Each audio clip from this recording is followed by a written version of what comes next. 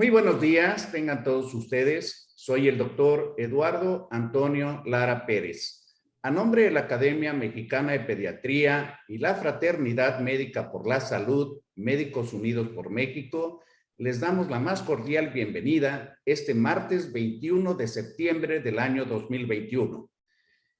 Este día que presentamos Pediatría al Día, el tema del día de hoy será impacto biopsicosocial de la pandemia en niños y adolescentes. Este tema va a ser impartido por la doctora Claudia Santamaría Arza. La doctora Claudia Santamaría Arza es médico pediatra egresado del Instituto Nacional de Pediatría, es académica numeraria de la Academia Mexicana de Pediatría, coautora del libro Fiebre en el Niño, Diagnóstico y Tratamiento. Pertenece al grupo de investigación del Instituto San Rafael en San Luis Potosí y actualmente es jefe de pediatría del Hospital Médica Sur en la Ciudad de México. Sin más preámbulo, le damos la palabra a nuestro ponente el día de hoy. Adelante, doctora, bienvenida. Muchas gracias, gracias por la invitación. Voy a compartir pantalla.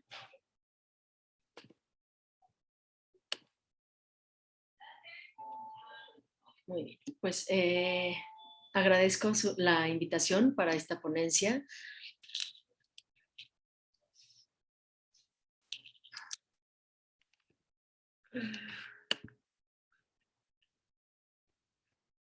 Okay. A mí me gustaría empezar esta plática justo con esta frase, ¿no? ¿Quiénes somos si no podemos defender a nuestros niños, niñas y adolescentes? Hoy sabemos que esta pandemia COVID-19 ha tenido un impacto cada vez más tangible y definitivamente no requerimos de encuestas ni de pláticas para saber lo que ha ocasionado en nuestra población más vulnerable. Sin embargo, creo que lo que no se mide, pues no se puede mejorar. Y es por eso que tomo de base una plática que se dio en el Instituto Nacional de Salud Pública de nuestro país, en donde se buscó volver esto mucho más numérico y analizar qué tanto o hasta dónde llegaba el impacto con nuestra población. Entonces, más allá del impacto económico que todos sabemos, haciendo un énfasis hacia lo que son nuestros niños, niñas y adolescentes, quienes están en pleno desarrollo psicomotor y en crecimiento y en adquisición de habilidades, pues vemos que hubo una disminución en el ingreso familiar, lo cual repercutió también hacia lo que es la inseguridad alimentaria y el acceso a los alimentos. El confinamiento tuvo un impacto que va de la mano con la salud mental y no nos olvidemos del desempeño escolar que, si viene a bien, pues hemos visto que ha sufrido. Vemos que el Estado mexicano tiene que buscar garantizar la protección de los derechos de los niños. Y si había una ganancia con esta pandemia, se revirtió esa ganancia que en un momento dado de derechos podíamos haber tenido y se revirtieron también los avances pues hacia muchos años. Voy a ir hacia la última cifra del 8 de agosto, estuve buscando la de septiembre, que no la encontré, pero vemos cuando hablamos de que si los niños son afectados o no son afectados en esta pandemia, pues vemos que tenemos casi 61,000 casos confirmados, ¿no? En donde si analizamos por edad, de 0 a 5 años, 11,380, de 6 a 11 años, 14,526, de 12 a 17 años, 35,000. Y más allá de esta cuestión que puede ser numérica, veamos las defunciones. No comparto la idea cuando pensamos que a los niños COVID no los ha afectado, porque si vemos, ha habido 613 defunciones. Entonces, es bien importante. Paso a la siguiente diapositiva, en donde vemos cuál ha sido la principal comorbilidad.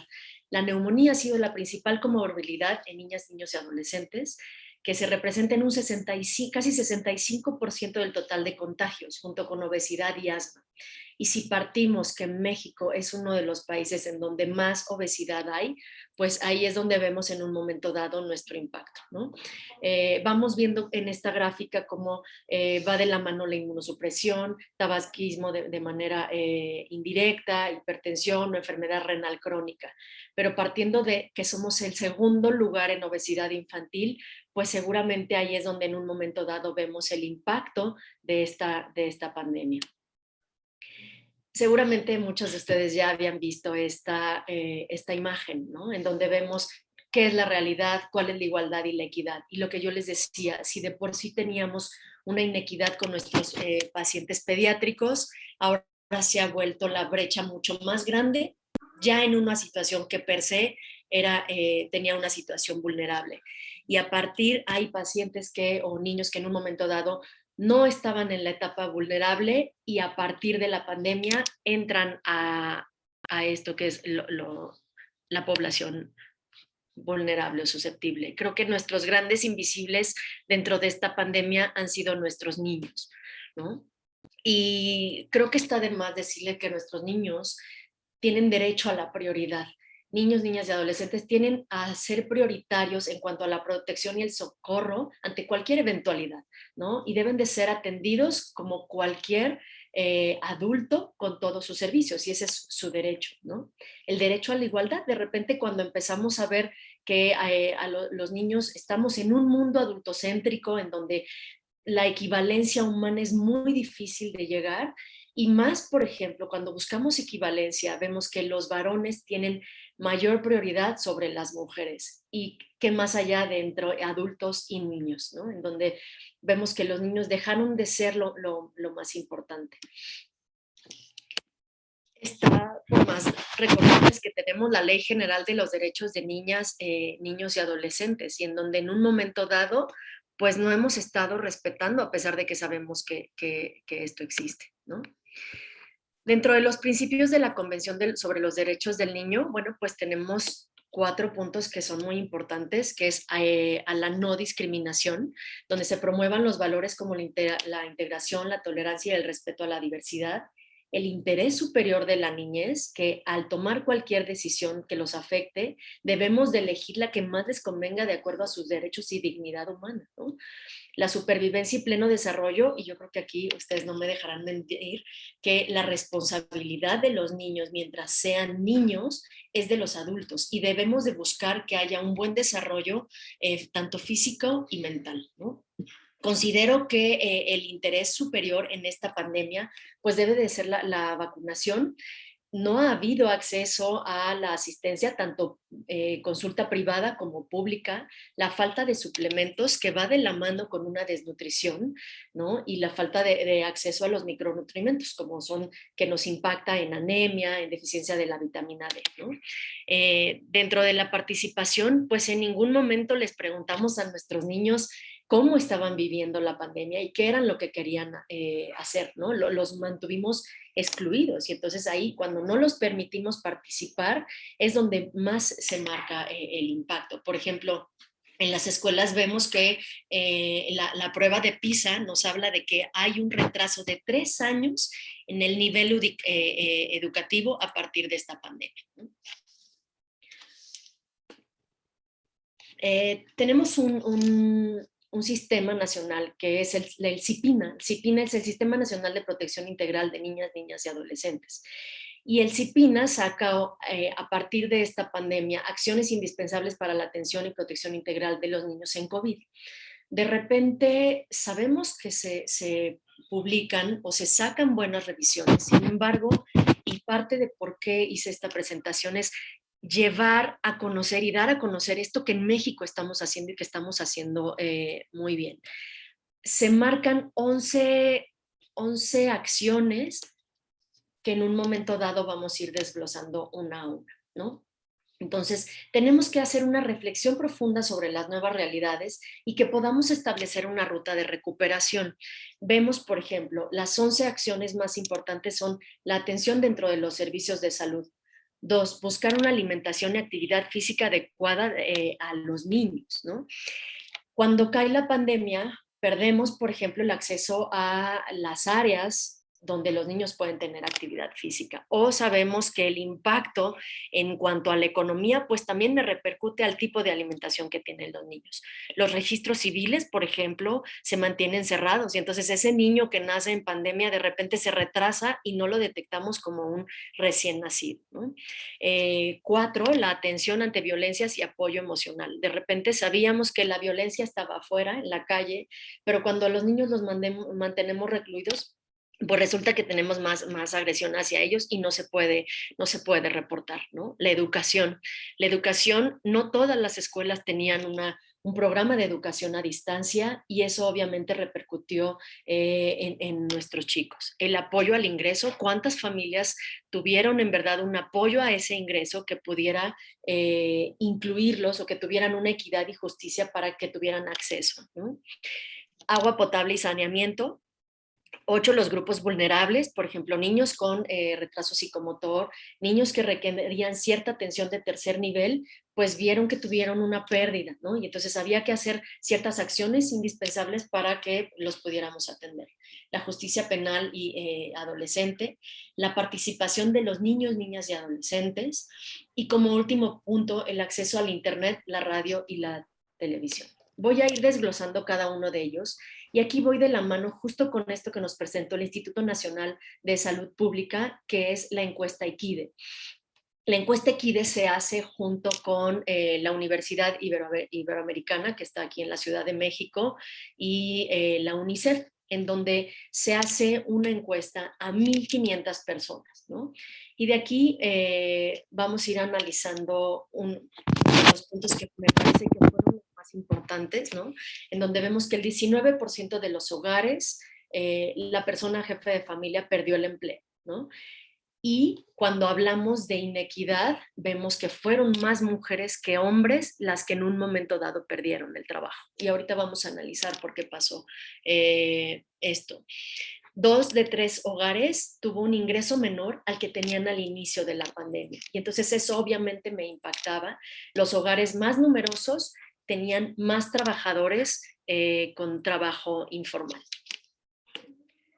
Y bueno, pues todos recordaremos este anuncio que sacó el Universal justo al principio de la pandemia, en donde la pandemia deja sin trabajo a 5.7 millones de mujeres. Entonces, esto afecta, ¿no?, de manera importante el trabajo en casa. Además, abandonan sus trabajos y obviamente hay una reducción en los ingresos, ¿no? Como segundo punto, vemos que la pandemia afectó la alimentación y la seguridad alimentaria. 30% de las familias de estos 1,500 encuestados reportan que su alimentación empeoró y 5% pasó hambre por falta de alimentación. Entonces, vemos que hay poco acceso a micronutrientes y la primera infancia, que es la que está con el mayor desarrollo físico y cognitivo, que dura para toda la vida, pues se ve impactada. Como tercer punto, vemos que la pandemia tuvo un impacto significativo sobre las responsabilidades y el tiempo asignado al cuidado de niños y niñas, y fundamentalmente para las madres, ¿no? En donde aumenta el 16% del trabajo, ¿no? Encuentro esta encuesta, que es del 2019, y yo puedo asegurarles que si nosotros analizáramos 2020 y 2021, la participación en horas del trabajo no remunerado sería todavía mucho mayor, ¿no? Entonces vemos que para el hombre representa 11.6 horas a la semana y en las mujeres 30.8. Y esto obviamente había que coordinar entre trabajo en casa, escuela en casa, cuidados de las necesidades básicas, más pues la búsqueda del ingreso. Aquí analizamos la distribución porcentual de la población de 3 a 29 años que reciben apoyo en las actividades escolares y veamos, por ejemplo, la población preescolar, la mamá en un 84% se dedica al cuidado, ¿no? Y en la primaria en un 77% y en la educación secundaria un 60%. Esta es la encuesta INEGI del impacto COVID en la educación, ¿no? Obviamente vamos viendo la participación del varón, que en un momento dado, todavía en esta sociedad, el varón es el que sale a buscar el sustento, pero por ejemplo también tenemos que hay otras personas, ¿no?, facilitadoras que en un momento dado apoyan. Sin embargo, vemos que el impacto hacia la mujer es muy importante. Antes era la madre quien cuidaba y los abuelos. Sin embargo, el rol de la madre aumentó y el de los abuelos por protegerlos a ellos disminuyó. Pero esto generó mucho mayor estrés en el cuidador principal, ¿no? Generando un ambiente tóxico que si bien a bien no se puede medir la ansiedad y la depresión de los cuidadores principales, pues al final sí hay un impacto, ¿no? Entonces, aquí vemos que el cuidador principal en la encuesta en KIDE se ve que aumenta 4 horas por día, ¿no? En el número 4, un alto porcentaje de niños y niñas se queda sin cuidado de una persona adulta, ¿no? O sea, hablando de que lo ideal pues hubiera sido que entre mamá y papá se hubieran repartido las responsabilidades, de repente vemos que un alto porcentaje ni siquiera la mamá ni el papá podían cuidarlos y entonces quedaba el cuidado sin una persona adulta. Y eso impactaba en que cada vez más miraran programas de televisión. Y como lo sabemos, en nuestro país la televisión forma parte de el cuidador, ¿no? Y entonces cuando vemos del Instituto Federal de Telecomunicaciones el reporte sobre consumo televisivo, vemos que antes de la pandemia más o menos los chicos pasaban 4 horas frente al televisor. Un año después del inicio de la pandemia, 4 horas. Y hoy que nos estamos acercando ya hacia el segundo año de pandemia, podemos asegurar que esto ha llegado a repercutir mucho más. Y, por ejemplo, el tipo de programas que ven los chicos. No todos los programas fueron programas educativos y lo sabemos bien, ¿no? Entonces, antes de la pandemia, pues 131,000 infantes veían telenovelas. A un año posterior vemos que casi 220,000, pues el acceso a las telenovelas y el que esto forme parte del día a día es 220,000, ¿no?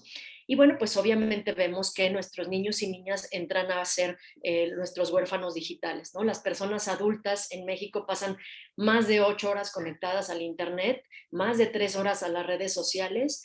Si en un momento dado nosotros viéramos la calidad de información en la cual ellos tienen acceso, pues no es de muy buena calidad y además no hay alguien que los esté vigilando o los esté cuidando, ¿no? Parte de los niños se quedaron al cuidado de otros niños o adolescentes bajo su supervisión y entonces vemos que en un momento dado 2 de cada 3 niños empezaron a ver más televisión, ¿no? Si bien nos regresamos un poquito a cuánto nos había marcado la OMS del acceso a las pantallas, pues vemos que los niños menores de 3 años no deberían de estar frente a una pantalla y esto se marcaba antes de la pandemia. Actualmente no se han sacado las nuevas regulaciones para decirnos qué tanto puede ser seguro, si bien esto ha ido cambiando. Si vemos que necesitamos de un adulto que en un momento dado esté supervisando para que podamos tener el acceso a buenos programas de televisión, ¿no? Y que no sean nada más programas lúdicos. Cuando hablamos del trabajo infantil, vemos que si no tenemos un buen desempeño escolar, si al chico no le atrae o la situación económica de la familia está en un momento muy vulnerable, pues nos vamos al trabajo infantil. Y entonces vemos que 3,200,000 niños entre 5 y 17 años realizan una actividad económica, ¿no? En donde entonces el trabajo infantil impide que estos niños pues gocen de sus plenos derechos humanos y sus oportunidades de desarrollo, ¿no? Entonces, si vemos, esta encuesta es del 2019 y seguramente si analizamos 2021 o 2022, vamos a ver que todavía esto aumentó mucho más. El acceso a los servicios clave fue restringido, ¿no? Supimos que en un momento dado los hospitales teníamos 2 razones, o se dejaron de atender a los pacientes, ¿no? Por atender pacientes con COVID, o los mismos pacientes no querían acudir por el miedo al contagio. Y entonces de repente empezamos a notar que los chicos no acudían a sus citas regulares de vacunación, no acudían a sus citas regulares de peso y talla, y no me voy más allá de los pacientes que estaban todavía en una situación con alguna cardiopatía o con alguna enfermedad que los pusiera en riesgo, porque aún así los pacientes no querían acudir, ¿no? En educación, aquí vemos, por ejemplo, el aprendizaje remoto, si bien venimos a entrar en algo que todos queríamos, que era pues que pudieran tener acceso a las tecnologías, pues no todo mundo podía. Por ejemplo, aquí vemos, Baja California tiene un acceso de un 80%. La población en Baja California dentro de todo no sufrió, pero si vemos, por ejemplo, Oaxaca, Guerrero, Chiapas, el acceso a las tecnologías de comunicación y a las actividades en México, pues al final tenían muy poco acceso a ellos, ¿no? En esta otra encuesta, por ejemplo, vemos qué tanta población, por ejemplo, podía adquirir un teléfono, que podía tener un teléfono inteligente, pues solamente el 28%, ¿no? ¿Qué tanta población contrató un servicio de Internet fijo? Pues el 26%, ¿no?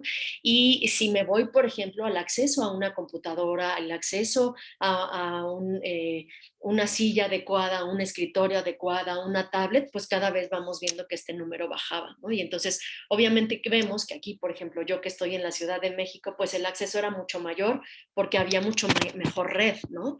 Pero si nos vamos a Chiapas o nos vamos a Oaxaca, esto no era. Y entonces, un poquito como un ejemplo de qué era lo que estaba pasando, es como tener un auto último modelo en una carretera de terracería, ¿no? Donde finalmente no podíamos haber hecho todo el esfuerzo por tener acceso a estas informaciones y a estas tecnologías, sin embargo, pues la población no tiene el acceso a ellas, ¿no? Aquí vemos, por ejemplo, el porcentaje de la población de 3 a 29 años que podían atender las clases a distancias, de acuerdo al dispositivo electrónico.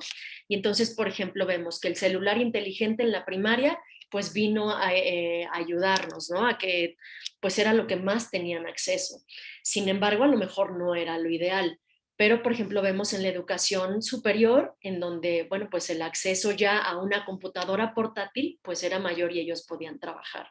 Pero, por ejemplo, cuando decimos, oye, la educación primaria se va a ir a la televisión, pues vemos que a nivel primaria solamente 8.8% podía tener acceso a ella, ¿no? Entonces, al final, pues sí se abrió y se hizo lo que se pudo. Sin embargo, no precisamente eso logró que en un momento dado funcionara para nuestra población, ¿no? Cuando analizamos la distribución porcentual de la población de 3 a 29 años, que no se inscribió, porque si bien sabemos que gran parte de la población ya no se inscribió al siguiente ciclo escolar, pues vemos que 26% consideraba que las clases a distancia eran poco funcionales. Se les hacía aburridas, no se podían conectar o tenían que moverse a casa de alguien más para poderse conectar, ¿no?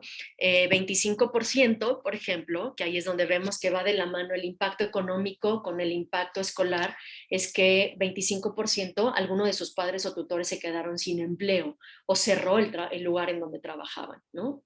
22% carecía de computadora o dispositivo para que tuvieran una conexión.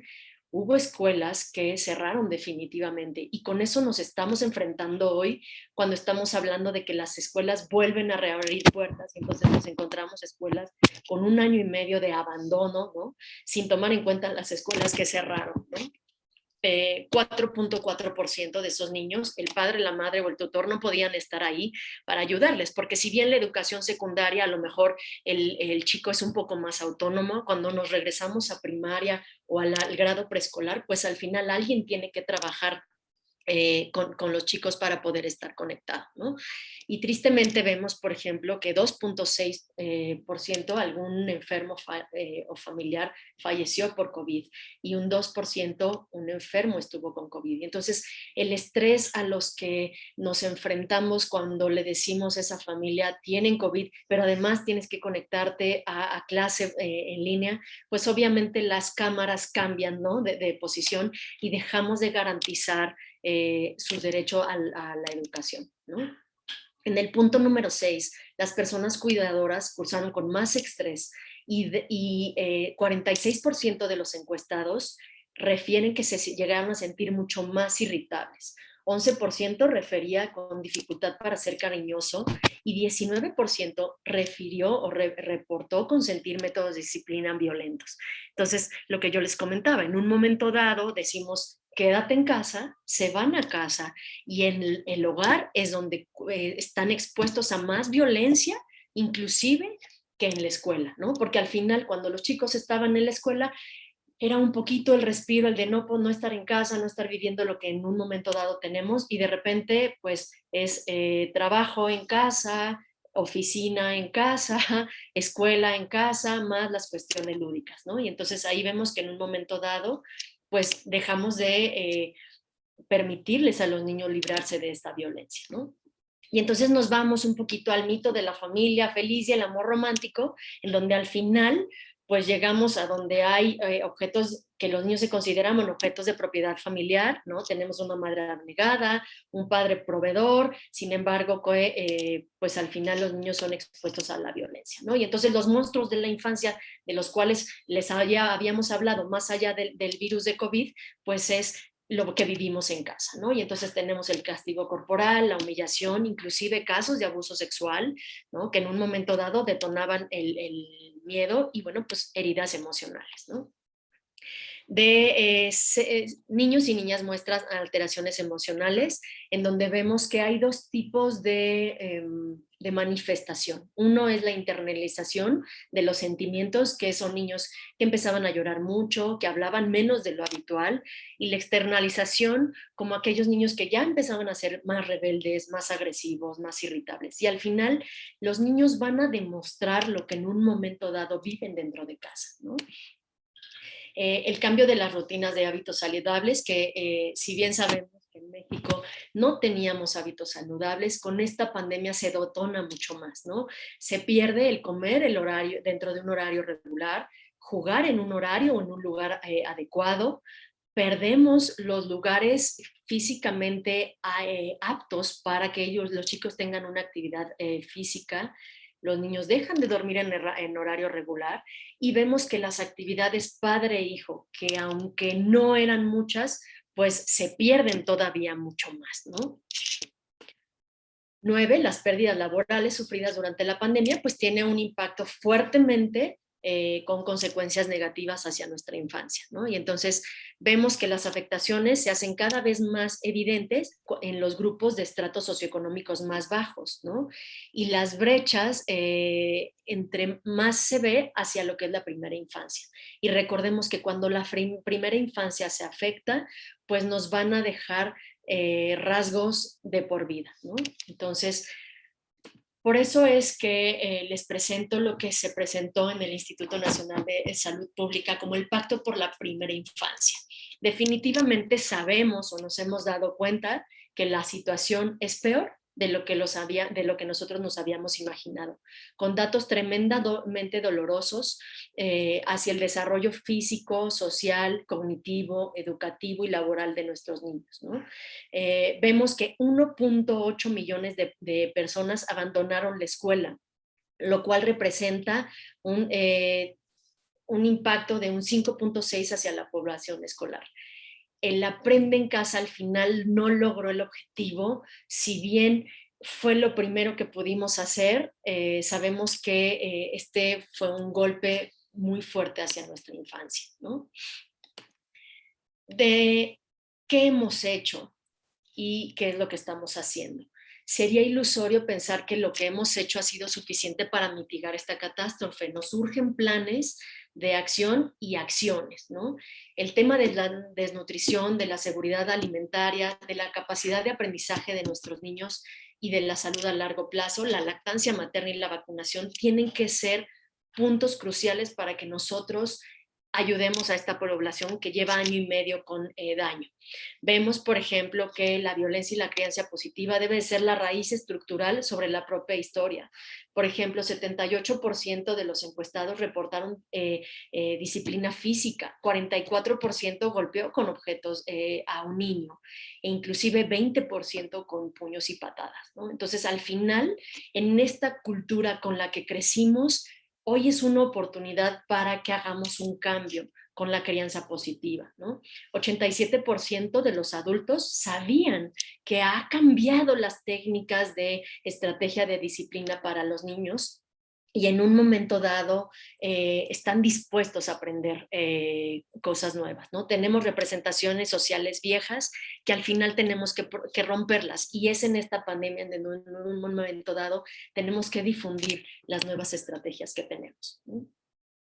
Dentro de la educación parental e inicial, tanto escolar como preescolar, pues las mamás y los papás hacen lo mejor que pueden. Sin embargo, esto no es suficiente. Sabemos que con esto no nos alcanza, ¿no? Entonces, al final necesitamos darles apoyo para una mejor alimentación, para generar una mejor educación y dar tener un mayor desarrollo, ¿no? Entre romper las formas como fueron educados previamente a cómo se recomienda ahora, ¿no? Lo que yo les comentaba de una manera inicial, a los niños los mantuvimos fuera de la opinión de qué pensaban y qué podíamos hacer para apoyarlos, ¿no? Al final tenemos que abrir un canal de comunicación con nuestra infancia, porque al final nosotros como adultos los estamos representando, y entonces tenemos que llegar a saber qué es lo que podemos hacer o qué es lo que estamos haciendo, pero que ellos sí nos den su opinión, qué les puede llegar a funcionar. Al final, hoy la distancia física, pues la podemos romper. O sea, actualmente, hoy platicando por la mañana, estoy platicando con alguien en el puerto de Veracruz, ¿no? Entonces, al final, la distancia física se rompió. Los niños en el 2018, pues estuvieron en una educación presencial, ¿no? En donde veían a sus compañeros. Aquellos nacidos en 2019, 2020, 2021, al final saben que la interacción puede ser por medio de pantallas, o que puede haber distancia física, pero no tanto una distancia emocional. Podemos tener mucho mayor acercamiento por medio de esta nueva realidad, ¿no? Si nos vamos un poquito, por ejemplo, al acceso a las computadoras, pues de repente si una familia tenía un solo hijo y una computadora, pues al final ese hijo podía tener acceso a esa computadora. Pero hoy sabemos que no es así, porque ese padre también está trabajando en línea, y si son dos o más chicos, al final esto nos va marcando mucho mayor diferencia. Entonces tenemos que preguntarles a los chicos qué es lo que ellos necesitan para que en un momento dado nosotros podamos ayudarles. Entonces, el 9 de junio fue el Día de la Niñez y de la Adolescencia de las Américas, y vemos que 40% de la población en América Latina y el Caribe tiene entre 0 y 17 años. Y entonces por eso es importante que nosotros veamos o sepamos cómo les podemos ayudar. Sabemos que millones de padres no pudieron quedarse en casa, y de repente los chicos se sentían traicionados porque les dijimos que nosotros los adultos nos íbamos a quedar con ellos, y que el lugar seguro para quedarse era quédense en casa, ¿no? Les mentimos cuando les dijimos esto va a pasar pronto, porque la gran realidad es que llevamos año y medio con esta pandemia y no les hemos podido ayudar. Entonces, al final, tenemos que buscar mantenerles y promoverles y garantizarles sus derechos, ¿no? Me interesa mucho tomar este tema de la lactancia, porque si bien a bien sabemos que se debe de fomentar la lactancia, debemos de saber que debemos de fomentar la lactancia inclusive en mamás con COVID. Debemos de mejorar la alimentación para esa mamá y el acceso a los micronutrientes, ¿no? Retomar la vacunación. Y si bien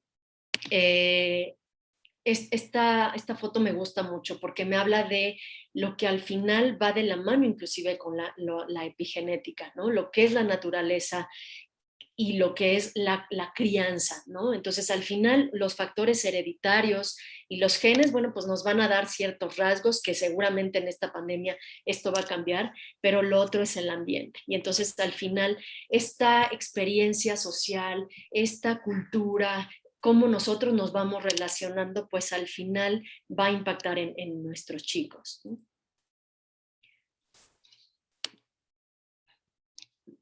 Vuelvo a retomar los 10 consejos de la crianza positiva, porque sabemos que esto ha cambiado y que en un momento dado hoy podemos dialogar con nuestros chicos.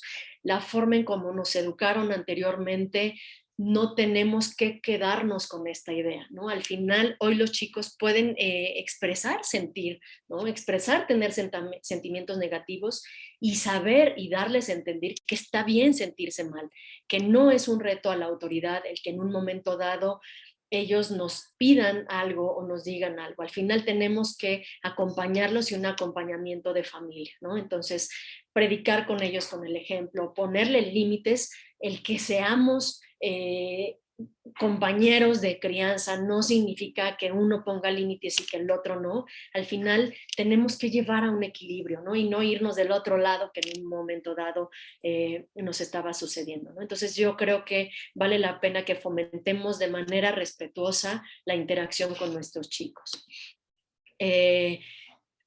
Hablando de pantallas, al final ya hay un decálogo para una navegación segura en Internet para los niños, niñas y adolescentes. En un momento dado nosotros mismos decíamos, y basados en la OMS, de los chicos no deben de estar frente a pantallas. Al final hoy sabemos que en un momento dado debemos de llevarlos de la mano y que esto va cambiando y que tenemos que sacar los nuevos ajustes frente a una educación en pantalla, independientemente de la edad. Obviamente basados en pediatría de evidencia, ¿no? Y no cuestiones que hemos llegado a vivir. Mi conclusión en esta plática es que quienes defendemos y salvaguardamos los derechos de los niños estemos buscando un México más incluyente. Hace unos meses yo escuchaba esta frase, que México se vuelve el mejor país para nacer, pero no nada más hablado, ¿no? Sino que de verdad busquemos disminuir estas brechas, y lo que ya teníamos perdido sabemos que con esta pandemia se hizo de mayor manifiesto, ¿no? Las condiciones eran malas, pero creo que ahora se han hecho peores. Entonces tenemos que buscar el beneficio físico, cognitivo y emocional con nuestros chicos, ¿no? Ser valientes, creo que al final debemos de defender con propuestas específicas más allá de lo inspirador, ¿no? Pro a la infancia, con una construcción de estrategias de defensa y salvaguardar a esta niñez, ¿no? A esta niñez mexicana. Entonces, y cierro con esta frase, ¿no? En donde más allá de estar muy motivados, creo que tenemos que ir de la mano con esto que por parte de la academia se está haciendo, que es medicina de evidencia, medicina basada en el bienestar, pero siempre con un fundamento científico. Con esto cierro mi plática, dejo de compartir y a sus órdenes para las preguntas.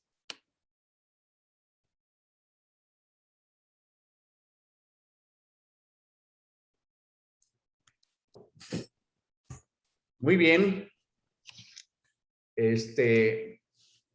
Doctor Ulises Reyes, adelante.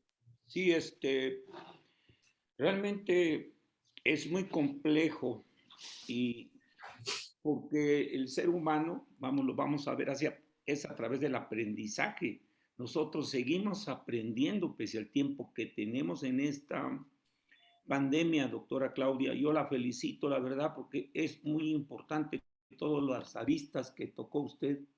A mí me toca la cuestión educativa, y sí es importante que los papás sepan que en cualquier lugar donde esté el niño puede contagiarse, que no existe una vacuna hasta este momento, y que sí es bien cierto, tienen ansiedad los pequeñitos por estar encerrados, para ellos ir a la escuela, porque los hemos ido turnando. Yo estoy en una escuela privada, y sí se están cuidando todos los protocolos. Ha habido suspensiones pequeñas de posibles contactos.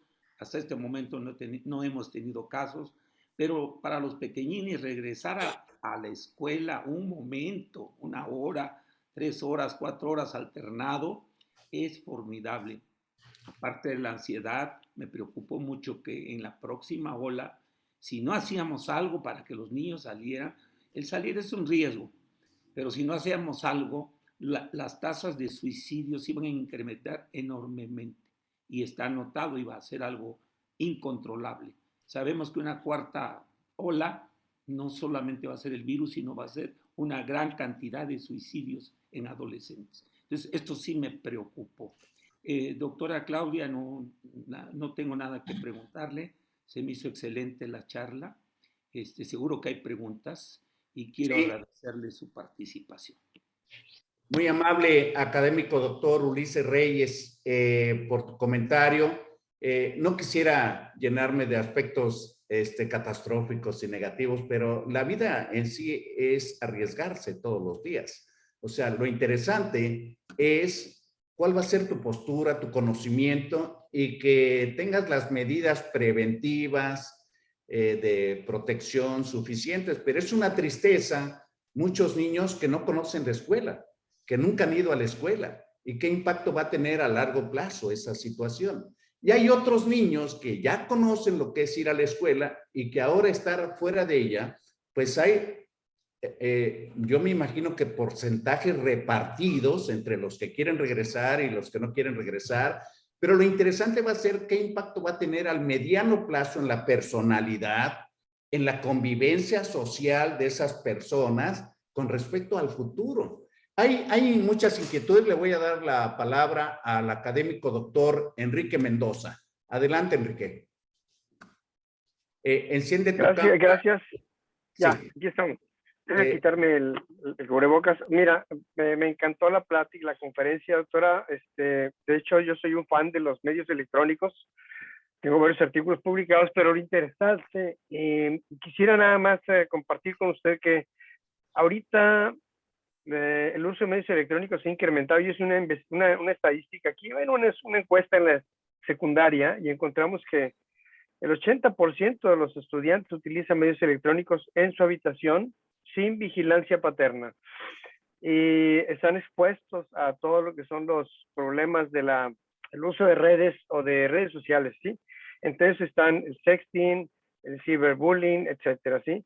Actualmente en Nuevo León tiene el 30% de los recién nacidos son hijos de madres adolescentes y el 30% de esos adolescentes son menos de 15 años. O sea, volvemos al abuso sexual.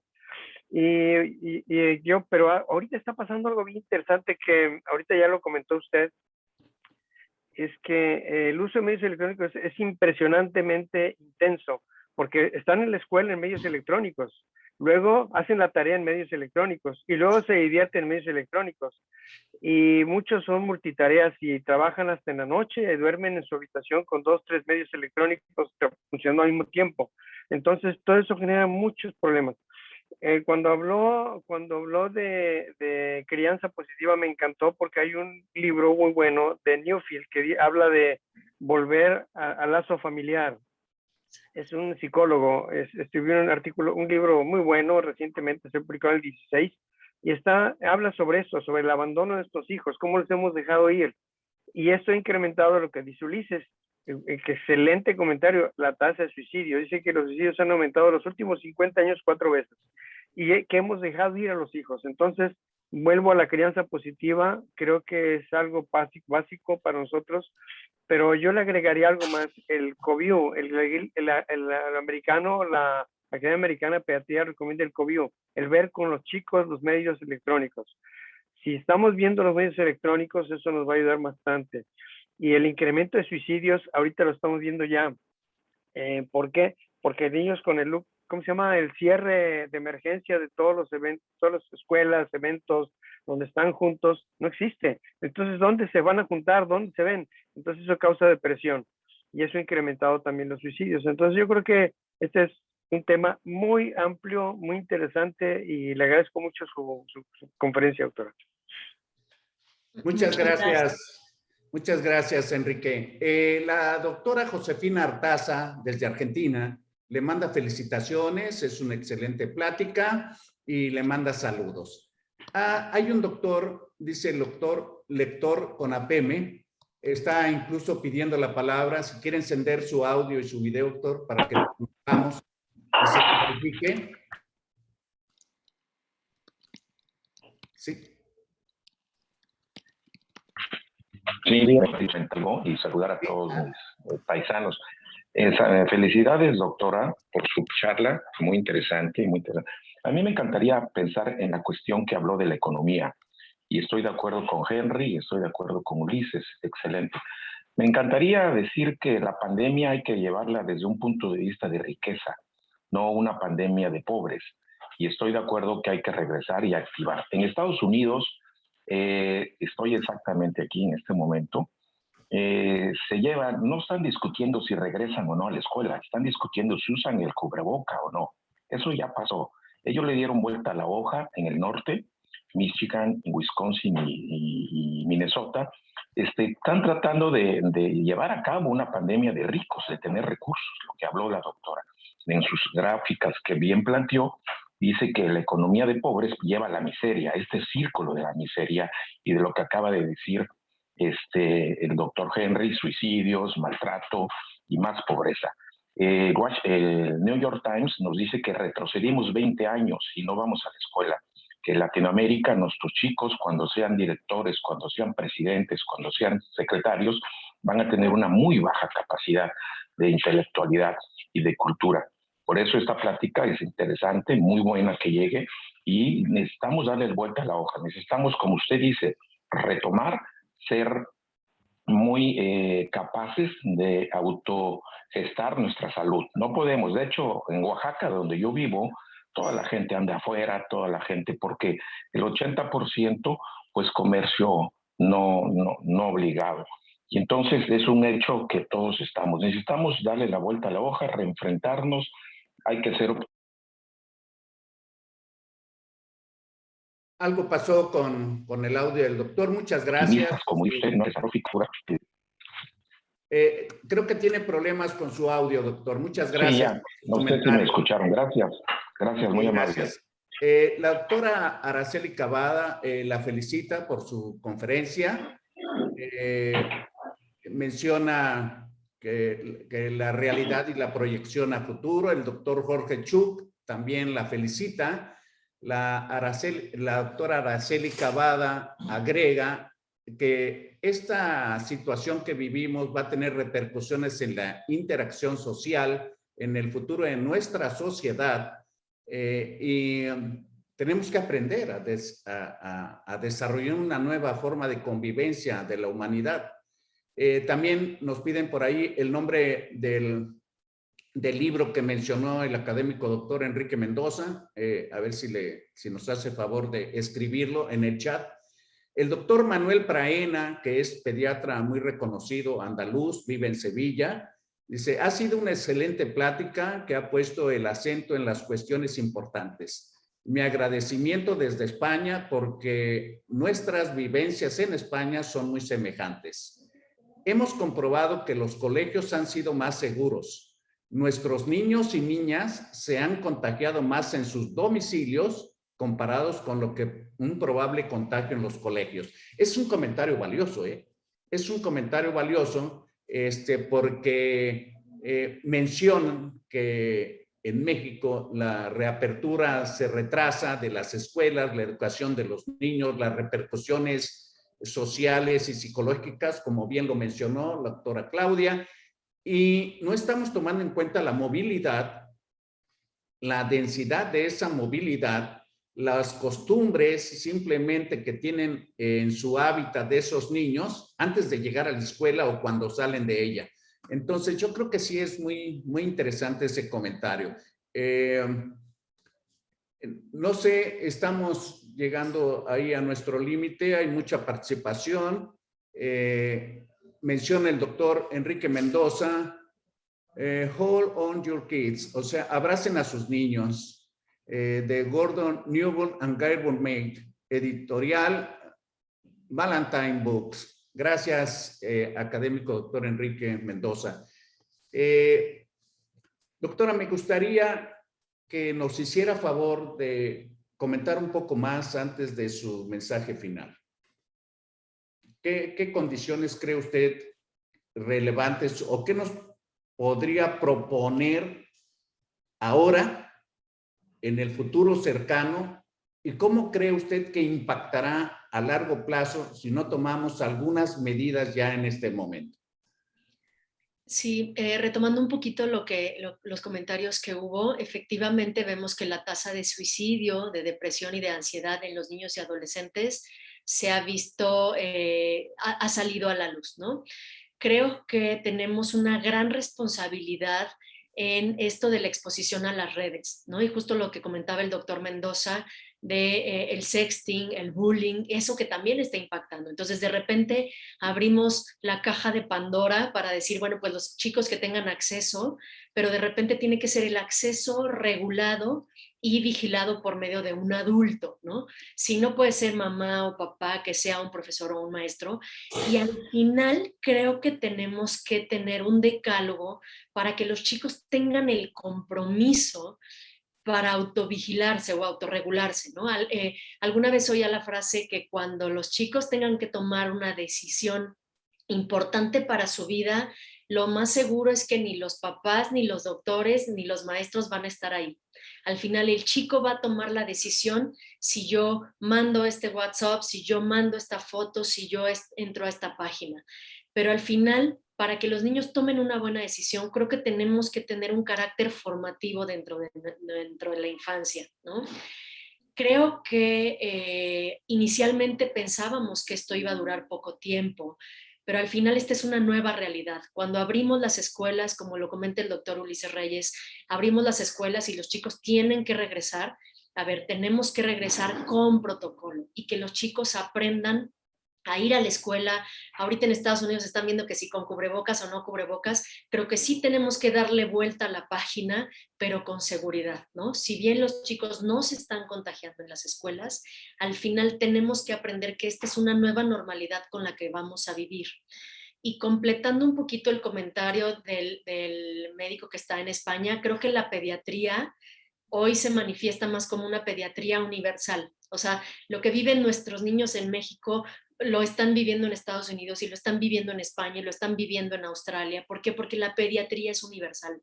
Y por eso es que tenemos que generar lazos con todas las academias para en un momento dado ir sacando la información con esto nuevo que estamos viviendo por protegerlos a ellos, ¿no? Creo que el efecto en esta población vulnerable va a ser bien importante y nosotros tenemos que llevarlos de la mano.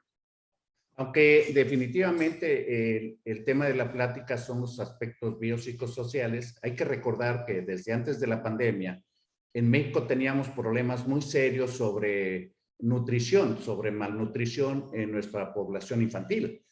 Y ahora con la pandemia, no solamente los casos de obesidad y sobrepeso, sino que muchos niños que tenían pesos normales ahora se están volviendo obesos porque no tienen ejercicio, no tienen actividad física, ni tampoco se fomenta porque el mejor o mayor justificante es que estamos en pandemia. Entonces, a lo mejor también necesitamos, por razones de salud mental, por razones de equilibrio social y por razones de salud, incentivar la actividad física.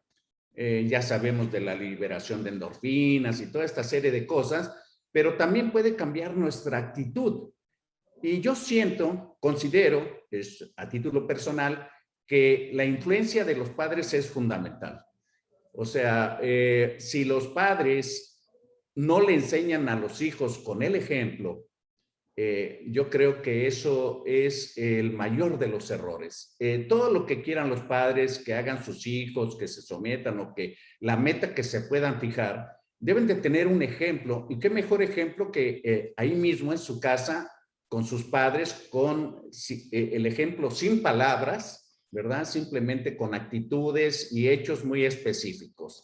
Entonces, es un tema amplísimo. De antemano sé que necesita participar con nosotros en otra ocasión y pues aquí sigue habiendo felicitaciones y más comentarios. Y bueno, yo le pediría que nos dé un mensaje final antes de cerrar esta transmisión. Sí, bueno, pues cierro con que como pediatras y como interesados en la atención de los niños, tenemos una gran deuda, ¿no? Una deuda con ellos para garantizar la protección de los derechos de los niños y adolescentes. Tenemos que, en nuestras áreas de trabajo, en donde estemos, que busquemos el difundir información que esté respaldada y científica comprobada, porque creo que si bien hay mucha información y este tema podríamos abrirlo en cada uno de los pasos, al final tenemos que garantizar que la información le llegue a las familias que estamos tratando y le llegue a los niños que estamos viendo, ¿no? Entonces, de antemano, a sus órdenes, podemos seguir viendo este tema. Ya se me ocurre que podamos dar, por ejemplo, actividad física en espacios cerrados, que el doctor Perea tiene un gran equipo de personas que pueden dar este tema, y que llevemos a esos pequeños rincones y esos lugares cerrados la actividad física. El doctor Ulises me conoció justo dando una plática de actividad física, ¿no? Y no pensábamos en una pandemia, pero yo le puedo decir, en pequeños auditorios con 300 personas nos parábamos y todos teníamos actividad física, porque de repente decimos, bueno, pues tengo que ir a un gimnasio, tengo que ir al parque, y no, o sea, en nuestro propio lugar creo que ahí podemos impactar. Y como usted lo dice, doctor Lara, con el ejemplo, ¿no? O sea, creo que de la mano, agarrarle la mano a nuestros niños, a nuestros adolescentes y decirles, vámonos para acá en conjunto, ¿no? Sí, creo que tenemos una deuda con ellos en muchos aspectos, pero hoy con eventos como este de la academia, creo que empezamos a tener un cambio. Entonces, quiero agradecer la invitación. Para mí es un honor estar aquí con ustedes y bueno, pues obviamente también han sido mis maestros, entonces les agradezco mucho este tiempo y espacio y a todos nuestros asistentes. Muchas gracias, doctora Claudia Santamaría, por esta excelente conferencia que hace reflexionar acerca de, a mí lo de la palabra de la nueva normalidad como que no me viene bien, como que no me gusta, porque ya no puede aspirar la vida que teníamos después de la pandemia. Yo le llamaría más bien la nueva realidad. Esta es nuestra realidad. Ya no debemos de aspirar a una normalidad, no, no, no. Tenemos que crear una normalidad. Entonces, esta es nuestra nueva realidad a partir de la pandemia y es una maravillosa oportunidad de hacer investigación, investigar de todo. Esta pandemia nos ha enseñado que las verdades de hace un año son ahora mentiras, que la investigación es algo dinámico, que ya no podemos esperar a tener un cajón de recursos y de soluciones, que las soluciones se van generando conforme se van presentando la evolución de cada cosa. Y yo les invito a todos ustedes a que hagan investigación, que nos muestren sus experiencias. Tenemos la revista de investigación pediátrica de primer contacto, que dirige el académico Ulises Reyes y que está a su disposición. Y yo quiero agradecerles a todos ustedes su presencia este día e invitarlos a las próximas actividades de la Fraternidad Médica por la Salud, que junto con la Academia Mexicana de Pediatría, todos somos Médicos Unidos por México. Muchas gracias y hasta pronto.